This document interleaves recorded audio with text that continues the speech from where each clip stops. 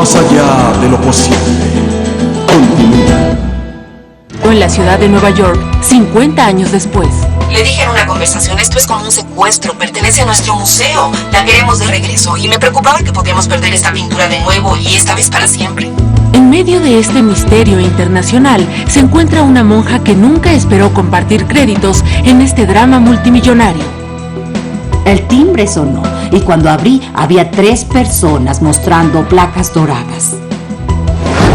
Después, este policía pensó que lo había visto todo, hasta que se encontró a esta madre desesperada en las calles de Vancouver.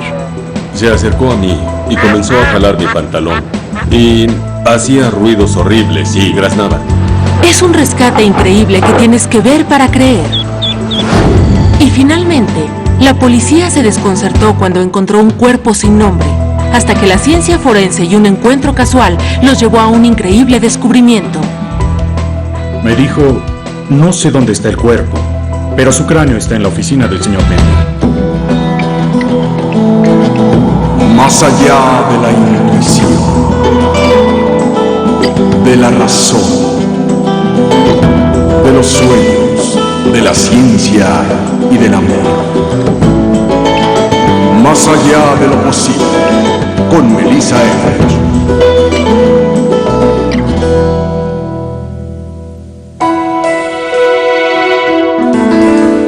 Nuestra siguiente historia tiene todo para ser una película para televisión. Ladrones, intriga internacional, guerras y agentes gubernamentales encubierto. Así que, ¿cómo se mezcló una monja en una aventura como esta? Rosemary Fall se ha hecho la misma pregunta desde que supo la impactante verdad sobre la pintura que ha estado colgada en su pared durante 28 años. Comisión del Intermediario. Rosemary Fall trabajó en la ciudad de Nueva York durante 28 años. Era maestra de arte y pinto en partes. Cualquier marco que obtengo me alegra porque no tengo dinero para ir a comprarlos.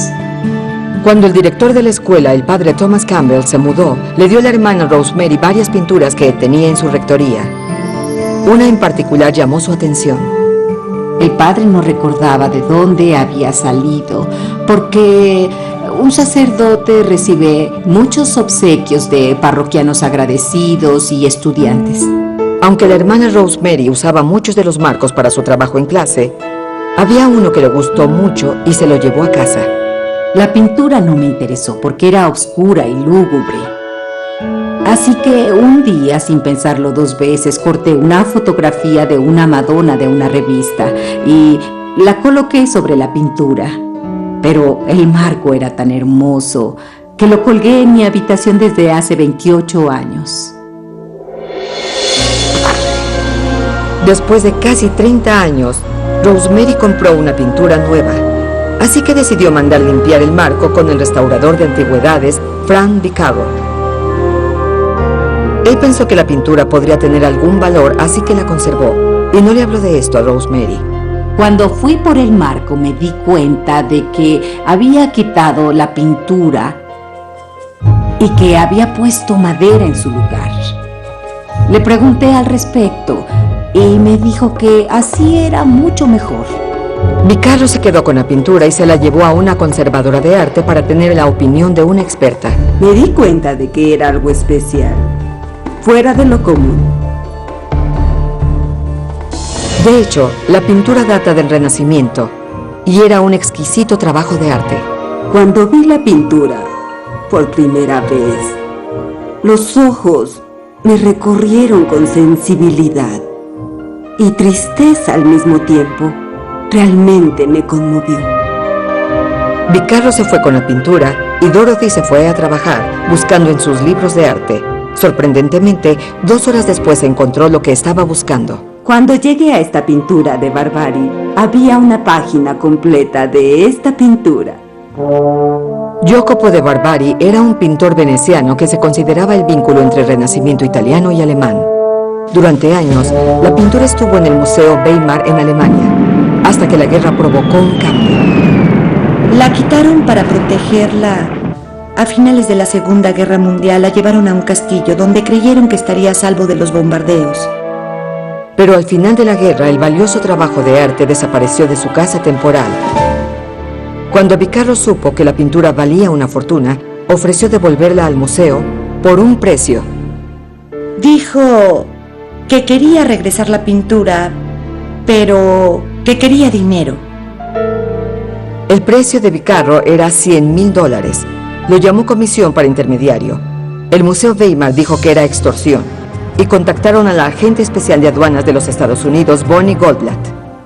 Como agente especial, estoy entrenada en trabajo encubierto y muchas veces tengo que fingir que soy alguien diferente.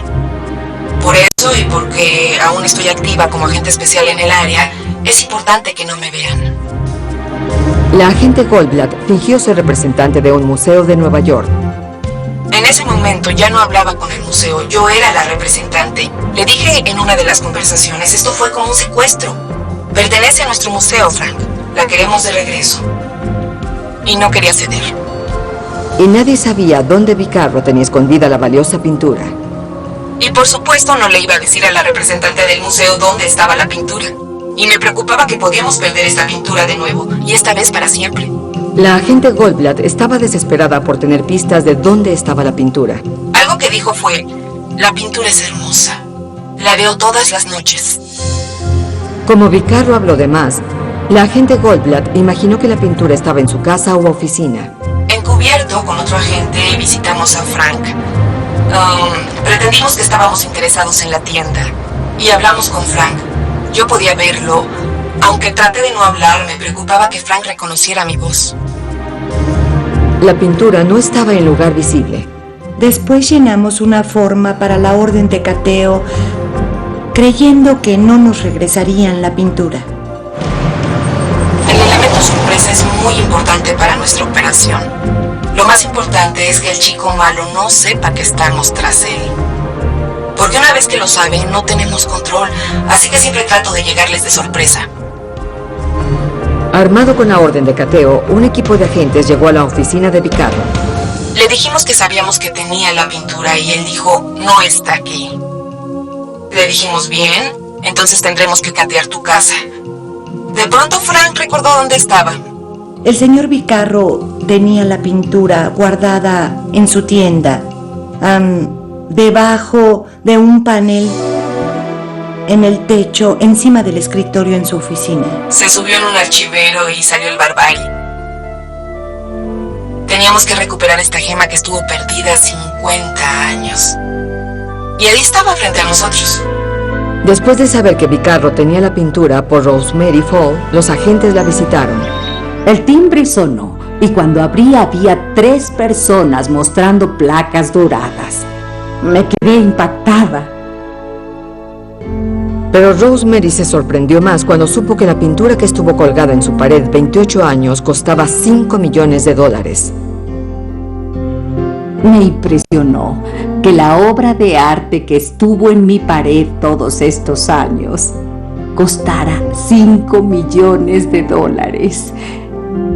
Y a veces sufría por el dinero para pagar la renta. ¿Pueden imaginarlo? Así que después de medio siglo, la pintura finalmente regresó a su lugar, el Museo Weimar. La pintura pudo ser destruida tantas veces a lo largo de la historia. Después de sobrevivir a la Segunda Guerra Mundial, la robaron y la llevaron a Estados Unidos sin saber lo que era. Sinceramente fue un viaje increíble. Dios sabrá cómo llegó a Estados Unidos. Y pensar que estuvo en la casa de esta mujer todo este tiempo.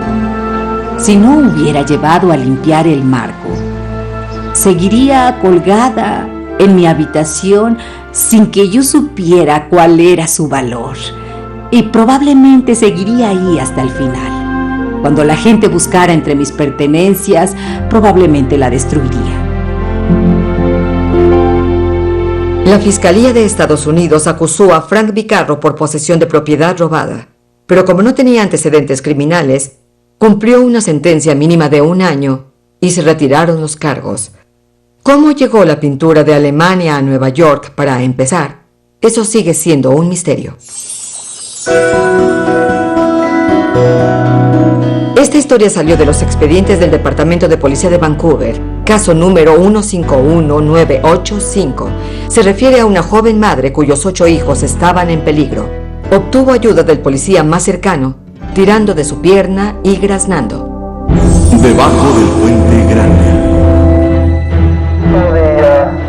Nadie sabe su nombre verdadero. En el reporte, el oficial de policía se refirió a ella como Madre Ana de Real, ciudadanía canadiense, robusta, color de cabello castaño claro, estilo de peinado corto. El reporte declara que la Madre Ana de iba caminando por la acera 1500 de la calle Granville con sus 8 patitos, nombres desconocidos, cuando los 8 cayeron en una alcantarilla. La mamá Ana de Real no podía dejar a sus hijos, pero la calle, cercana a la orilla de un riachuelo falso, estaba desierta. ¿Dónde encontraría ayuda? La respuesta llegó cuando vio a Ray Peterson, de la policía de Vancouver. Estaba en la acera, en Granville. Y me bajé del auto y la pata venía corriendo por la calle. De acuerdo con el reporte oficial, la Ana de Real se acercó al policía Peterson a las 6:27 horas. Se acercó a mí y comenzó a jalar mi pantalón. Y hacía ruidos horribles y graznaba.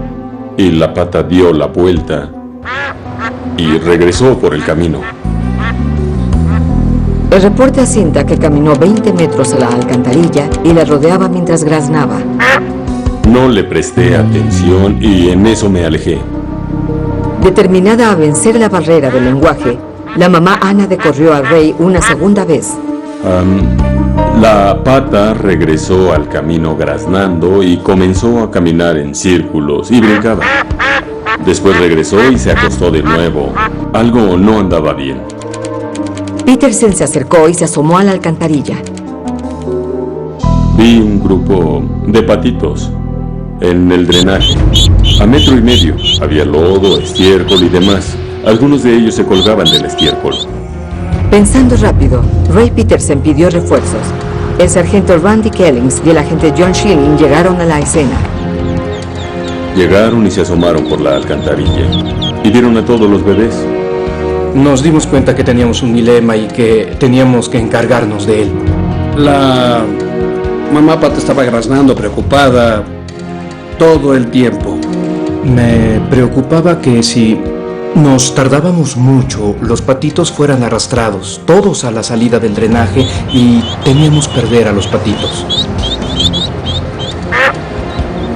La mamá Ana de Real esperaba que los oficiales pudieran quitar la alcantarilla usando sus manos, pero pesaba demasiado.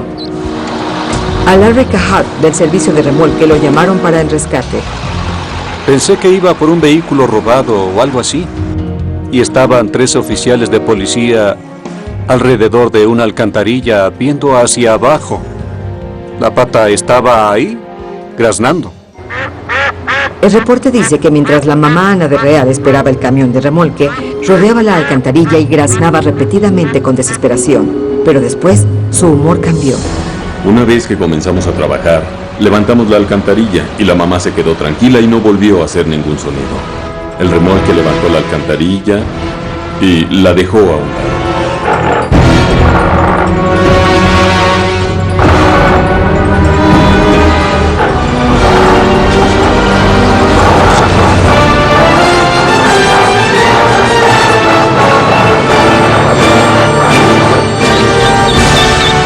Los patos estaban ahí. Mientras tanto, conseguí un colador de vegetales y saqué un patito a la vez. Mientras los patitos eran liberados de las sucias y olorosas aguas, su madre observaba para asegurarse de que sus hijos estuvieran a salvo. No graznó ni se movió. Esperó hasta que sacaron a los 8. De alguna forma sabía que habían 8. Tal vez un pato puede contar.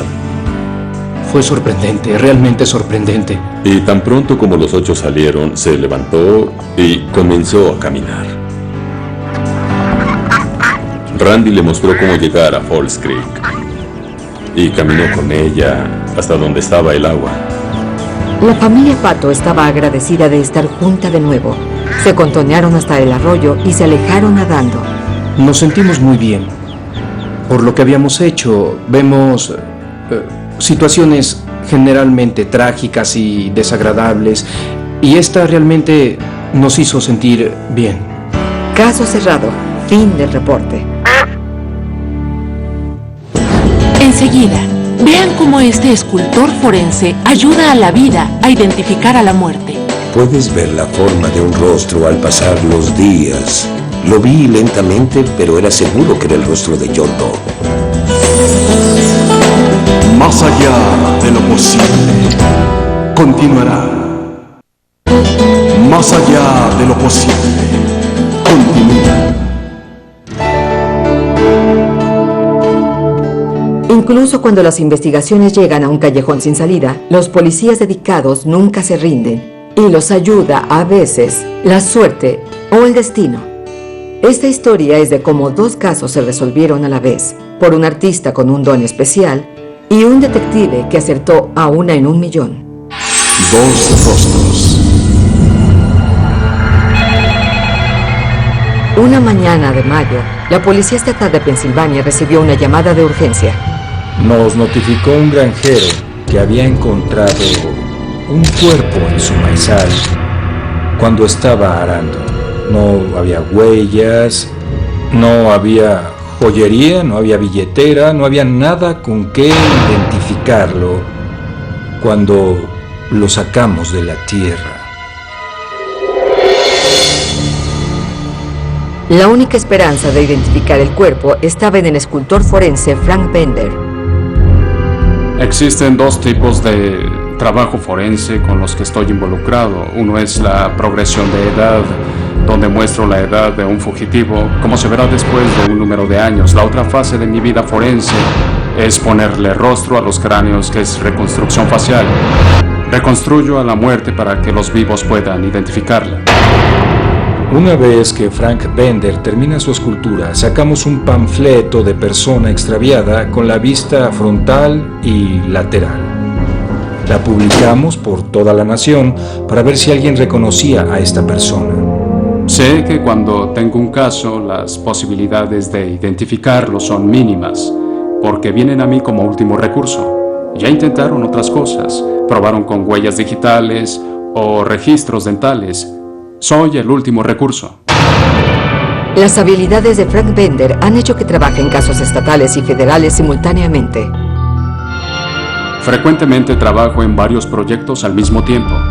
Y en este caso estaba haciendo una reconstrucción facial para la Policía Estatal de Pensilvania y estaba haciendo una progresión de edad para la Policía del Condado. El estado de Pensilvania investigaba el cuerpo encontrado en el campo. En el caso federal estaba involucrado un sujeto que estaba huyendo. Las fotografías más recientes tenían más de 12 años. El detective Paul Schneider quería hacer lo posible para atrapar al fugitivo. Necesitábamos la ventaja de ver cómo era hoy en día. Y Frank metódicamente formó el rostro que hasta su madre podría reconocer. Durante su investigación, el detective Schneider frecuentemente pasaba por el estudio a ver el progreso de los dibujos. Paul veía el progreso de los dibujos y al mismo tiempo le mostraba el otro trabajo en el que estaba. Podías ver cómo el rostro tomaba forma al pasar los días y en cierta forma el cráneo tiene personalidad porque Frank les da personalidad. Puedes ver la forma de un rostro al pasar los días. Lo vi lentamente, pero era seguro que era el rostro de John Doe. Frank primero terminó el retrato de progresión de edad y su trabajo ayudó al detective Schneider a capturar al fugitivo pocas semanas después. Schneider fue a ver a Frank para darle la buena noticia en persona. Cuando llegué estaba sentado frente al busto en el que estaba trabajando. Frank sabía que los oficiales de la Policía Estatal de Pensilvania estaban ansiosos de establecer la identidad del cuerpo en el campo. Le dije, Paul, lo hiciste excelente en el otro caso, ¿por qué no me ayudas en este? Le dije, Frank, ¿estás loco? ¿Sabes cuántas personas extraviadas hay en el mundo? Y esperar a que descubra quién es él. Schneider se despidió de Frank, salió del estudio y se dirigió a casa. Pero antes, pensó en detenerse en el precinto. Fue una simple decisión que podría tener fatales consecuencias. Camino a casa, pasé al trabajo por la correspondencia y me encontré con el detective Piperno, que tenía un caso de una persona extraviada. El detective Bob Piperno estaba revisando el expediente de 7 años en ese momento y tenía una hoja en la que estaba la fotografía de un hombre extraviado. Incluso los policías experimentados no podían creer lo que sucedió después. Le mostré al detective Schneider la foto de la persona extraviada, Eddie Myers. Y dijo, ¿lo conoces? Y le dije, sí. Y me dijo, ¿cómo es eso? Y le dije, acabo de verlo hace 15 minutos. Piperno me miró como si estuviera loco. Me dijo, no sé dónde está el cuerpo, pero su cráneo está en la oficina del señor Bender. Durante semanas, Schneider observó a Frank construir el rostro del hombre no identificado que encontraron en el maizal. Increíblemente, el rostro era el rostro de la persona extraviada del detective Piperno. Cuando el detective Schneider me dijo que el de la foto era Eddie Myers, no podía creerlo. Después llamé a Frank por teléfono y le dije, identifiqué a tu sujeto.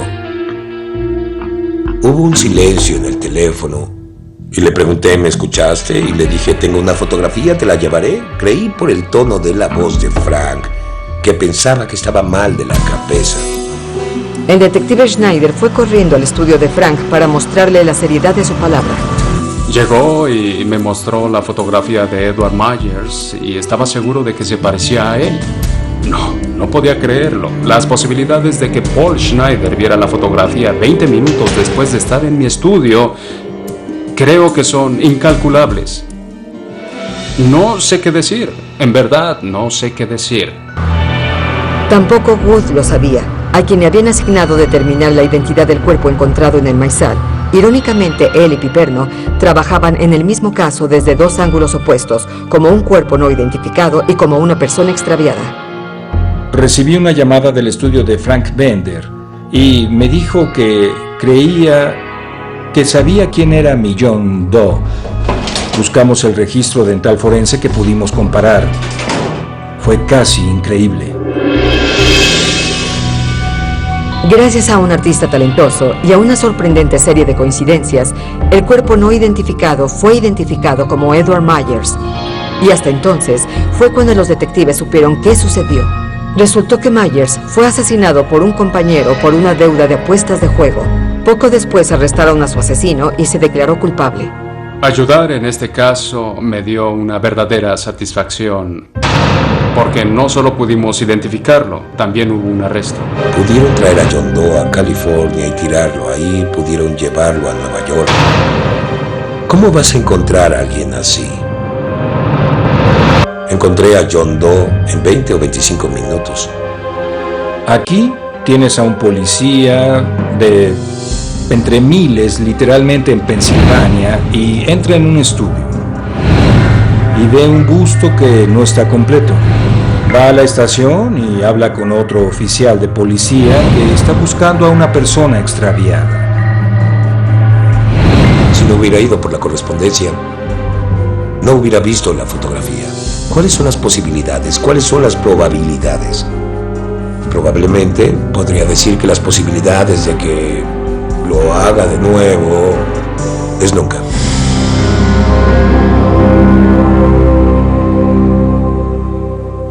Frank Bender comenzó a hacer reconstrucción forense en los casos de la policía en 1976.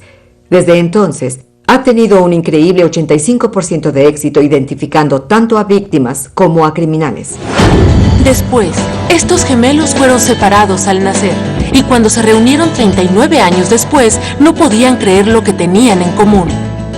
Fue algo impresionante saber de tantas similitudes. Más allá de lo posible, continuará. Más allá de lo posible, continúa.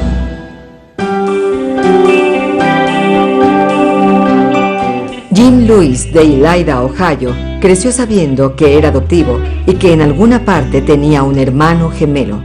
Durante años, Jim se preguntaba si él encontraría a su gemelo y cuánto tendrían en común. La respuesta fue mayor de lo que él podría sospechar. Los gemelos Jim.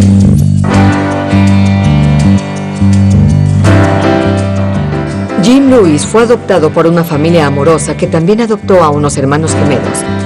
Al crecer con gemelos en la familia, Jim constantemente recordaba a su gemelo.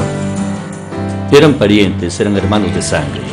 Muy parecidos y eran amigos, tenían una relación muy cercana, una relación muy estrecha, un vínculo muy especial. Yo sabía que tenía uno en algún lugar y sabía que me molestaría.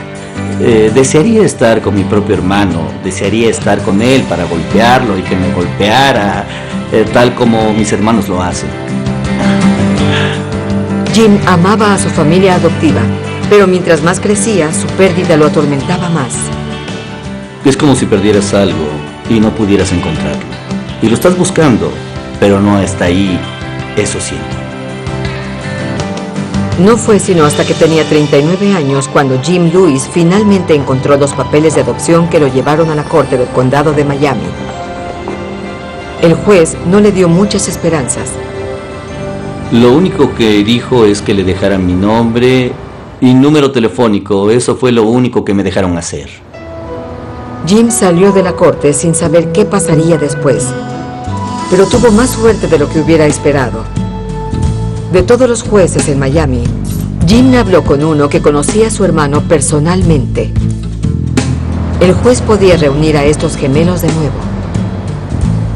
El juez debe haber visto algo en mí que lo hizo recordar y me ayudó. Sorprendentemente resultó que al gemelo de Jim, su familia adoptiva también lo llamó Jim. Jim Springer también sabía que tuvo un gemelo, pero le dijeron que había muerto al nacer. Cuando supe que mi hermano gemelo me estaba buscando, me impacté. Pensé que estaba muerto, así que todo pasó por mi mente. Es que, ¿por qué me buscaba después de 39 años? ¿Me está buscando? ¿Necesito un riñón? ¿Fue destituido? Es que todo se me ocurrió y me pasó por la mente antes de conocerlo. La preocupación de Jim Springer desapareció cuando se conocieron. Abrí la puerta del frente y fue como si me viera a mí mismo. Su postura, su forma de hablar, su naturaleza, tal como yo. Fue genial. Me sentí muy bien con él, sentí la bienvenida. No fue como conocer a un extraño. Fue como cuando has dejado de ver a un amigo durante muchos, muchos años. Pero después los hermanos gemelos comenzaron a hablar y fue cuando comenzaron las sorpresas, una después de la otra. Ambos fumamos la misma marca en ese momento, bebemos la misma marca de cerveza, nos gusta la misma música. Esto no fue todo. Ambos Jim tenían talento de carpinteros y habían construido cercas blancas alrededor de los árboles en sus jardines. Fue impresionante descubrir tan grandes similitudes entre nosotros. Fue algo realmente maravilloso. Además, fue una después de la otra. Mientras más se conocían, más increíbles eran las similitudes. Se sorprendieron de saber que ambos trabajaron con la policía durante 6 años en el mismo periodo. Él fue oficial para el condado Allen y yo fui oficial para el condado de Miami. Fue en la misma época. Es extraño que jamás nos hayamos encontrado. Hubo otro extraño giro. Resultó que ambos habían llevado a su familia a la misma playa en la misma ciudad de Florida. San Petersburgo no es un lugar muy grande y me pregunto cómo es que no nos cruzamos porque estuvimos en la misma temporada del año. Después descubrieron las similitudes más increíbles de todas, los nombres que tenían en común. Cuando niños, ambos Jim tuvieron perros con el mismo nombre. Ambos tuvimos un perro llamado Toy. ¿Por qué le puse a mi perro Toy? No lo sé. Igual con Jim, fue el nombre que elegimos.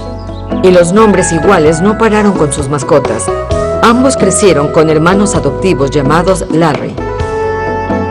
Es de esas cosas que suceden. Suelen ocurrir.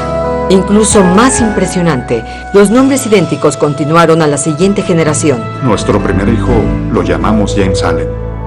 Fue muy extraño. ¿Cuáles son las probabilidades de que esto suceda? Tanto el primero como el segundo nombre. Finalmente, contra las probabilidades más remotas, ambos se casaron con mujeres con el mismo nombre. Mi primera esposa fue Linda, igual que la de Jim. Y su segunda esposa se llama Betty, igual que la mía. Es que fue muy irreal. lo que pasó en verdad. Jim Lewis se casó por tercera vez con Sandy desde hace 20 años. Jim Springer aún está felizmente casada con su segunda esposa, Betty. Mi esposa dice que no permitirá que ninguna Sandy esté cerca mucho tiempo. Ahora, 22 años después de su primera reunión, los gemelos siguen comunicándose a diario, aunque vivan a 1 hora de distancia. Creo que hay un vínculo especial entre Jim y yo. Es diferente a los hermanos normales. Lo conozco tan bien y me conoce tan bien que lo hace especial. Los gemelos Jim dicen que ningunos hermanos pueden ser tan unidos ni tan amigos como ellos. Puedo leer su mente y él puede leer la mía. Sé lo que está pensando todo el tiempo y es lo que pienso yo. Es bueno y es malo. No tengo que preocuparme por buscarlo. Sé dónde está, no me preocupa perderlo. Está dicho, estamos juntos de por vida. Bien. Durante años, los expertos que estudian a los gemelos discuten la importancia de naturaleza versus naturaleza, pero las increíbles vidas paralelas entre Jim Springer y Jim Lewis los han dejado rascándose la cabeza. Tal vez todas las similitudes entre los Jim, desde el nombre de ellos, el de sus esposas e hijos, solo se puede explicar como coincidencia o fe.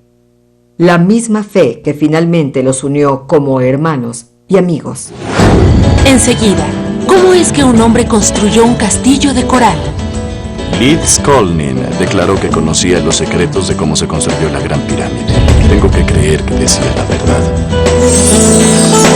Más allá de lo posible, continuará. Más allá de lo posible, continuará.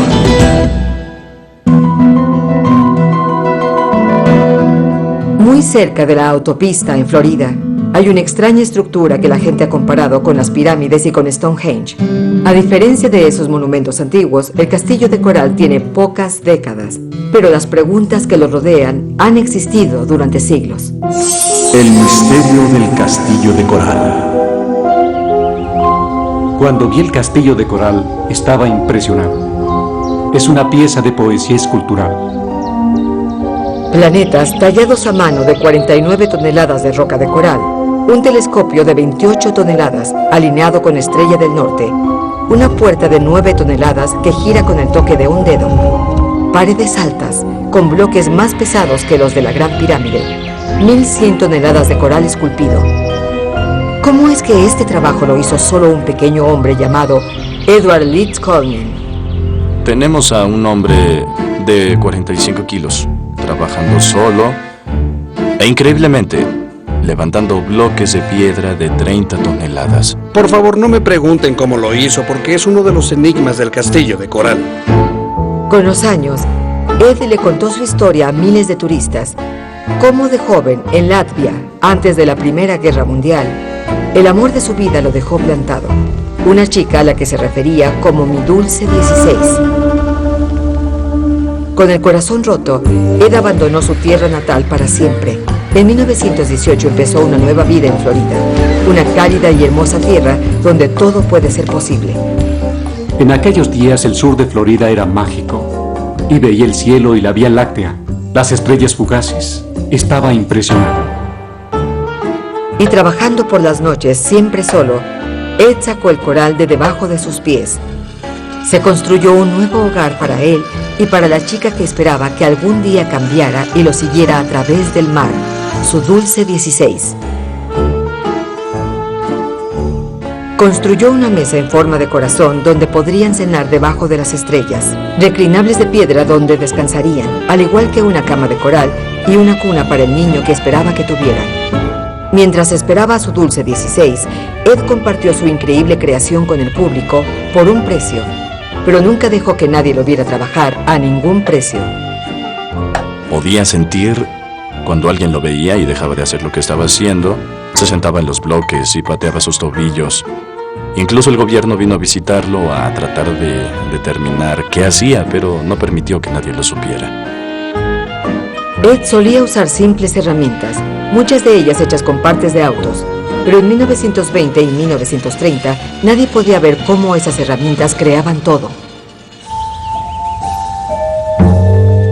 El misterio del castillo de coral da vuelo a historias que parecen estar más allá de lo creíble. Los niños juraban que lo veían caminar junto a las piedras mientras las levitaba. ¿Imposible? Christopher Dunn no está tan seguro. Piensa que aunque Ed nunca pasó del 4º grado, obtuvo conocimientos que estuvieron perdidos durante miles de años. Leeds Colney declaró que conocía los secretos de cómo se construyó la Gran Pirámide. Y después de venir al castillo de coral, tuve que creer que decía la verdad. Don apunta al folleto que Ed escribió en 1945, dando la teoría de que todo se encuentra en las fuerzas magnéticas individuales. Así que especularía que Ed estaba decidido a utilizar los elementos magnéticos con el coral y a anular las fuerzas de gravedad en el bloque. Ciertamente no creo que haya secretos antigravedad. Creo que los secretos son tecnología básica, tecnología primitiva que otros constructores antiguos habían usado. No veo nada mágico en esto. No hay ovnis involucrados.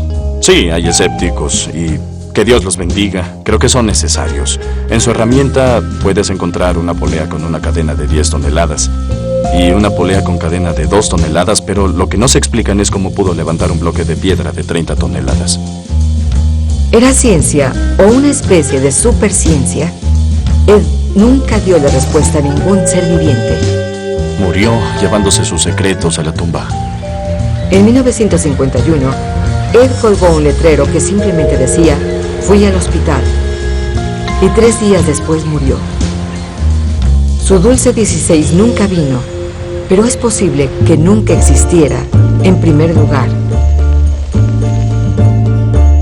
En 1996, un investigador fue a ver a la familia de Ed en Latvia y descubrió que fue por política y no por amor que Ed dejó Latvia. Ed Riskolnin era un luchador armado contra Tsar y su política secreta, y de su dulce 16 nadie había escuchado. Pero si su dulce 16 no era el amor perdido de Ed, ¿quién o qué era ella? Algunos piensan que Dulce 16 era una palabra clave para el antiguo secreto de ingeniería, pero tal vez la respuesta nunca se sabrá. Así que el misterio del castillo de coral permanece cerrado entre sus piedras silenciosas. Creo que hoy en día, si tuviéramos el secreto de Leeds Colney, podríamos anular los efectos de la gravedad y el mundo sería completamente diferente. Nunca le dijo su secreto a ninguna persona, eso se los garantizo. Es un misterio increíble. Era un hombre increíble. Enseguida, millones de personas juegan cricket, pero nadie ha visto un partido como este. En el cricket, en los 30 años que he jugado, nunca vi algo como esto y fue muy impresionante, por decir algo. Más allá de lo posible, continuará. Más allá de lo posible, continuará.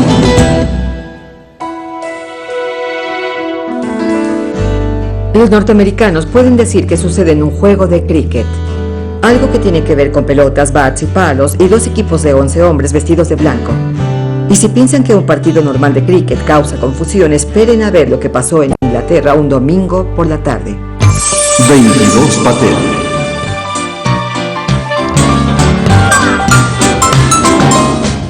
Hasta ahora este incidente nunca había ocurrido. Y se está registrando para que no pase de nuevo. Bien, caballeros, pidan. Cuando 2 equipos ingleses amateurs llamados Yorkshire LPS y Amar Milan se enfrentaron, fue un juego que nadie podría olvidar. Fue lanzada por Patel y bateada por Patel, sin mencionar que la atrapó Patel. ¡Buen trabajo, señor Patel! ¿Y qué tal cuando Patel sacó a Patel? Y después Patel la atrapó. ¡Mala suerte, Patel! Hubo un poco de complicación cuando todos son... Y todos son Patel. Los 22 jugadores de los 2 equipos, los 2 equipos que enfrentan 2 veces al año, pero nunca lo hicieron así. Nunca tuvimos 22 Patel, y la verdad no creo que se repita en mucho tiempo. Algunos eran parientes, otros eran amigos, aunque Patel es el apellido 21 más común en India. En ese campo de juego en Inglaterra fue el número 1. No es una condición ser Patel para estar en nuestro equipo, pero todos éramos Patel. Se supone que no todos eran Patel. Antes del juego, Yorkshire tenía un jugador llamado Yash Davi, pero estaba estudiando para un examen, así que tuvo que ser reemplazado. Y lo reemplazaron con otro Patel, así que en lugar de 10 Patel, tenemos 11 Patel. En el cricket, en los 30 años que he jugado, nunca vi algo como esto y fue muy impresionante. Los dos umpires se dieron cuenta de que en los equipos todos eran Patel cuando revisaron las listas individuales antes del partido. Antes de empezar, vamos por la lista de jugadores. Es parte de este bello juego. Me acerqué y le dije, creo que hay un error porque tengo 11 Patel, y me dijo, pues sucedió algo porque tengo lo mismo. Tal vez tenemos un problema. Revisamos 2 veces, de hecho fuimos a los vestidores y revisamos, y cuando salimos solo dijimos buena suerte. La confusión alcanzó un clímax cuando Patel recibió una llamada. El celular de uno de ellos sonó y el umpire vio a su alrededor y dijo, Patel, ¿puedes callarte? Y todos dejaron de hablar. Sí, es muy extraño. El resultado final, a pesar de todo lo que Patel y Patel hicieron, Yorkshire venció a Arma Milan 106-75. ¿Quién tuvo el marcador más alto? Adivinen. Más allá de lo posible. Continúa. En este programa escucharon 2 historias de personas con los mismos nombres. Y aquí está la última historia más allá de lo posible que involucra a un perro llamado Patch. Un día, Patch se alejó de su casa y su dueña estaba triste. Puso avisos en los postes y en las ventanas de las tiendas. Habló con los veterinarios del vecindario, esperando que alguien hubiera visto a Patch y lo llevara a casa. Pero pasaron 7 semanas sin suerte. Temía que no volvería a ver a Patch de nuevo. Además, esta mujer estaba tratando de deshacerse de sus muebles viejos, así que puso un anuncio en el periódico. Una pareja llamó de una ciudad a 32 kilómetros y dijo que estaba interesada por los muebles. Mientras hablaba con la mujer, mencionaron al perro que encontraron 7 semanas antes. Un milagro, ellos tenían a su perro, que le regresaron. Aún más increíble fue que la pareja decidió llamarlo Patch. Cuando no hay respuestas simples a los misterios de la vida, buscamos explicaciones que van más allá de la imaginación, más allá de la razón, más allá de lo posible. Soy Melissa Etheridge. Hasta luego. Si tiene una historia más allá de lo posible que compartir con nuestro público, por favor escríbanos a la dirección que aparece en su pantalla. Para mayor información sobre Más allá de lo posible, visítenos en www.lifetimetv.com.